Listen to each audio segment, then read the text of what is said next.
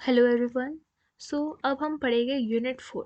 Unit 4 में क्या है कि resource management and the security in the cloud. Resource का कैसे मैनेजमेंट होता है एंड सिक्योरिटी क्या है क्लाउड में। ओके, सो फर्स्ट हमारे पास टॉपिक है इंटर क्लाउड रिसोर्स मैनेजमेंट। क्या है? ये है these services are build to perform. ये जो सर्विस है ये इसलिए बिल्ड करी गई है जिससे कि परफॉर्म कर सके ये resource discovery, match, select, composition, negotiate means SLA, schedule, monitor operations। Okay, ये तो हो गया हमारा इंटर क्लाउड रिसोर्स मैनेजमेंट। अब इसकी क्या है टेक्सोनॉमी, क्या है इंटर क्लाउड रिसोर्स मैनेजमेंट की। जो रिसोर्स मैनेजमेंट है वो तीन चीज़ों से मिलके बना है। ये तीन चीज़ें हैं, इनसे मिलके बना है ये। एक तो resource provisioning, resource scheduling, resource monitoring. Resource provisioning में क्या आ जाती है? दो चीज़ें आ जाती है। एक तो रिसोर्स की डिस्कवरी, रिसोर्स का सिलेक्शन। बट जो रिसोर्स शेड्यूलिंग है उसमें भी दो चीज़ें आती है, resource allocation, resource mapping. Okay, and third number पे है हमारे पास रिसोर्स की मॉनिटरिंग, मीन्स रिसोर्स का कितना यूसेज हो रहा है। तो ये ऐसे हमारे रिसोर्स मैनेजमेंट होते हैं। इसका ट्री बना दिया हमने। अब हम पढ़ रहे हैं कि जो ये रिसोर्स की जो प्रोविजनिंग हो रही है ये क्या है? Means it means selection, deployment and the run time management है। ये एक सिलेक्शन है, डिप्लॉयमेंट है and the run time management है सॉफ्टवेयर का। जैसे कि हमारे डेटाबेस हो गए, लोड बैलेंसर हो गए।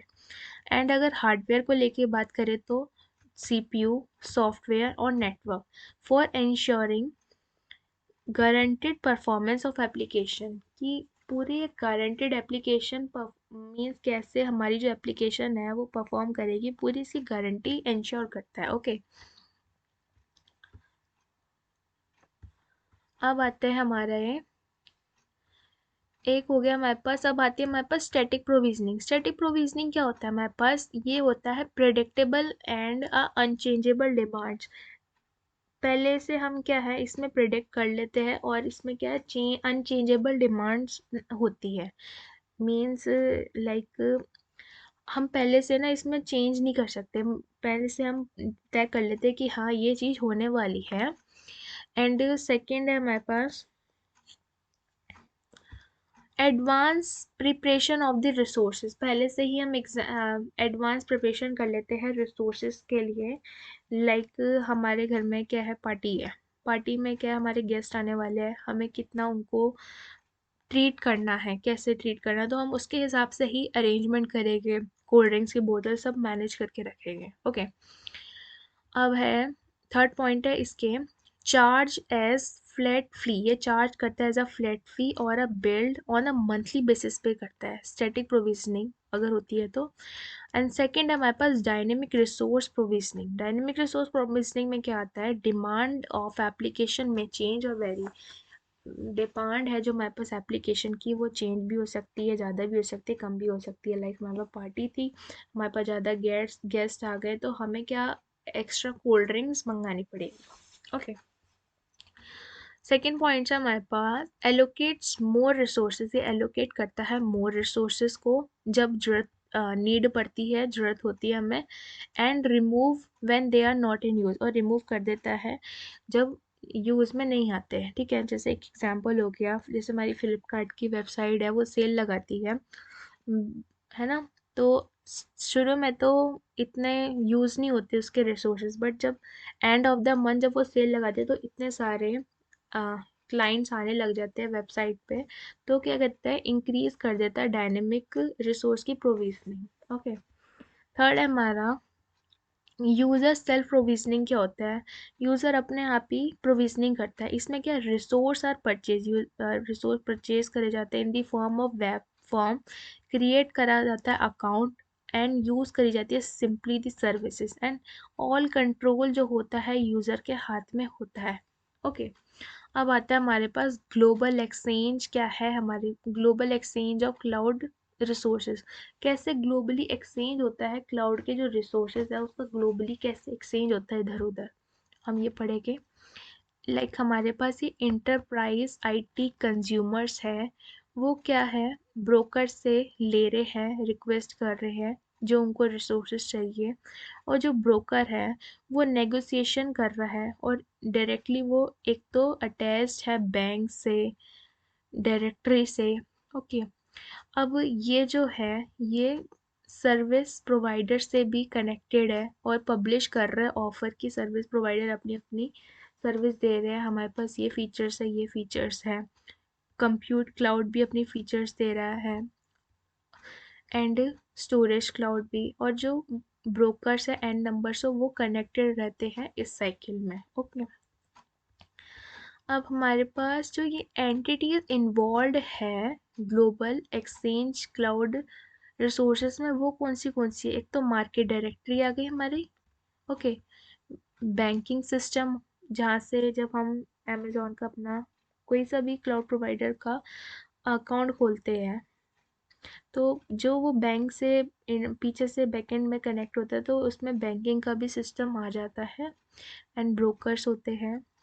प्राइस सेटिंग मैकेनिज्म रहता है, क्या है, admission control mechanism and the consumer utility function. Okay, and हमारे पास कंज्यूमर यूटिलिटी फंक्शन है और एंटरप्राइज आईटी कंज्यूमर्स, ये हमारी एंटिटीज है जो इन्वॉल्व होती है ग्लोबल एक्सचेंज ऑफ क्लाउड के रिसोर्सेज में। ओके, अब हमारे पास क्लाउड की सिक्योरिटी क्या है। क्लाउड की सिक्योरिटी में क्या, cloud security consist of, cloud की सिक्योरिटी में ये चीज़ें आ जाती है, तो set of policies, controls, procedures, techniques, ये क्या है, that work together to protect a cloud based system, ये एक साथ वर्क करते हैं जिससे कि वो क्लाउड बेस्ड सिस्टम को प्रोटेक्ट कर सके, उसके इंफ्रास्ट्रक्चर को। ओके, अब है हमारे पास एक पॉइंट ये कि service delivery depend upon the individual, जो सर्विस की डिलीवरी है वो इंडिविजुअल पे भी डिपेंड कर सकती है, क्लाउड सर्विस प्रोवाइडर पे भी, और दी क्लाउड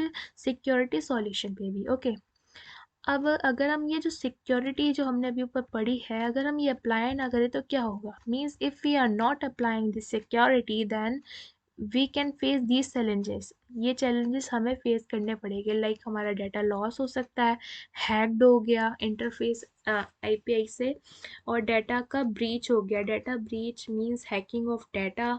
फोर्थ पे वेंडर का लॉक इन, मीन्स एक ही क्लाउड प्रोवाइडर्स में हम फंस के रह गए। फिफ्थ है हमारे पास डैनियल ऑफ अटैक, ये अटैक तब होता है जब फ्लोडिंग ऑफ सर्विस, बहुत सारे हम एक ही वेब पेज पे रिक्वेस्ट भेजते रहते हैं, ट्रैफिक भेज देते हैं, तो हमारा डिनाइल ऑफ सर्विस ये अटैक होता है।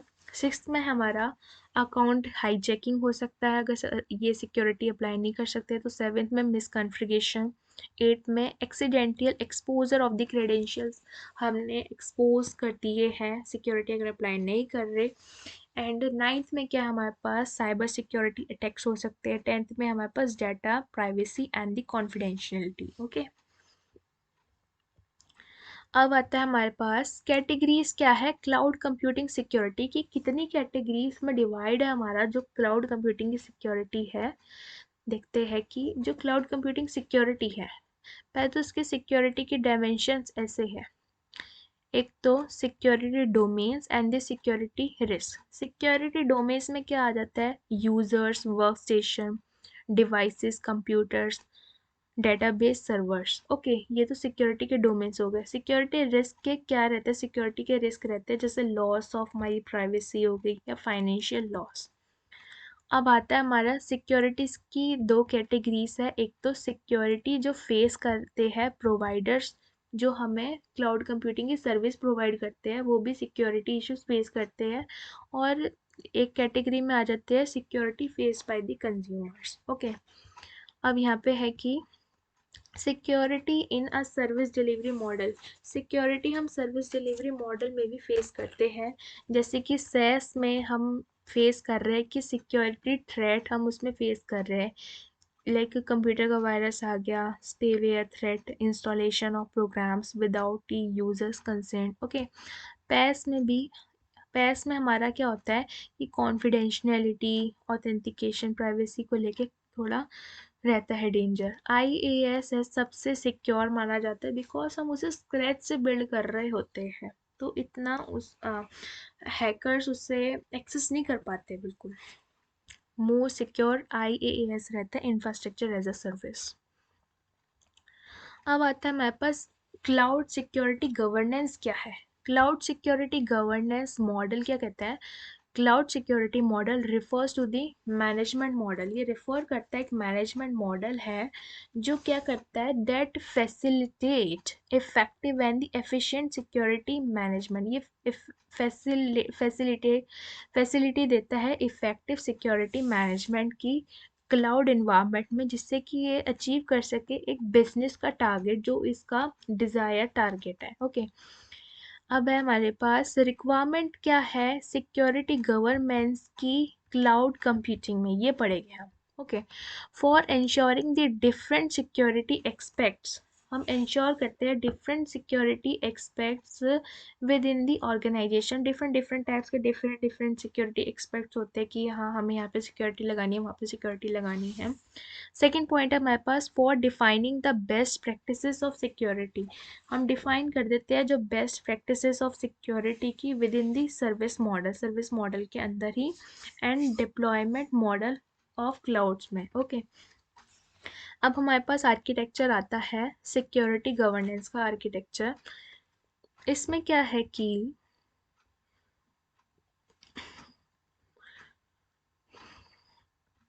ओके इसमें क्या है, जो क्लाउड सिक्योरिटी गवर्नेंस है उससे क्या है, पीपल कनेक्टेड है, और जो क्लाउड सिक्योरिटी गवर्नेंस है वो इन चीज़ों से मिलके बना है। CBO means cloud business office, COE means observe करता है security, and CSA means cloud security alliance. ये कनेक्टेड है हमारा क्लाउड सिक्योरिटी एडॉप्शन से, क्लाउड सिक्योरिटी एडॉप्शन से किससे कनेक्टेड है, infrastructure as a service, platform as a service, and software as a service. और ये जो जो हमारे पास ये लेयर है ये क्या क्या करती है कि monitoring of the security activities with in the service model, monitoring हो रही है सर्विस की सिक्योरिटी की एक्टिविटीज़ की ये सर्विस मॉडल के अंदर ही, और ये इन पे भी अप्लाई हो सकता है। ये public, private and hybrid cloud, ये हमारे हो गए क्लाउड के डिप्लॉयमेंट मॉडल्स। ओके, अब हमारे पास इसी यूनिट में हमारे पास आ जाता है वर्चुअलाइजेशन का कॉन्सेप्ट, कि वर्चुअल मशीन की कैसे सिक्योरिटी होती है इन दी क्लाउड कंप्यूटिंग में। क्या है, ये तो हमारे पास थ्रेट्स होते हैं कि हमें ये प्रॉब्लम अगर फेस करनी पड़ सकती है वर्चुअलाइजेशन में, like virtualization software security, securing host resources, virtualization server security, virtualization means virtual machine की हमारी आइडेंटिटी सिक्योरिटी एंड हाइपरवाइजर की सिक्योरिटी। अब ये क्या है कि जो क्लाउड प्रोवाइडर है वो तो हमारा होस्ट है जो कि किससे मिलके बना है, एक तो हार्डवेयर और सॉफ्टवेयर से मिलके बना है, उसके ऊपर एक लेयर है हमारे पास वर्चुअलाइजेशन की, हाइपरवाइजर की, VMM की, और उसके ऊपर ही बहुत सारे वो बने हुए वर्चुअल मशीन का मतलब है कि OS हो गया, इंस्टेंस हो गया, और उसे एक्सेस कौन कर रहा है, यूज़र उसे एक्सेस कर रहा है। और इसी यूनिट में एक आता है कॉन्सेप्ट जो मैंने अभी नोट्स में मेंशन नहीं करा, IAM का आता है, मैं आपको ओरली बता देती हूँ। उसमें ये है कि आइडेंटिटी एक्सेस मैनेजमेंट, लाइक कि कौन सी सर्विस कितना, कौन उसे कौन कौन यूज़र्स एक्सेस कर सकता है। जैसे मेरे पास एक AWS का अकाउंट है, उसमें मैंने एक यूज़र बना दिया है टॉम नाम का, उसे मैं कितने प्रिविलेज देना चाहती हूँ कि वो इस सर्विस को एक्सेस कर ले, इस सर्विस को एक्सेस कर ले, तो इनके एक रोल्स बना दिए मैंने कि इतना इनको एक्सेस दिया हुआ है मैनेजमेंट पे। ओके, ये तो हो गया हमारे आइडेंटिटी एक्सेस मैनेजमेंट। ओके, इस यूनिट में बस इतना इम्पोर्टेंट था। Thank you for the watching, and notes will be provided in the description box. Okay, thank you.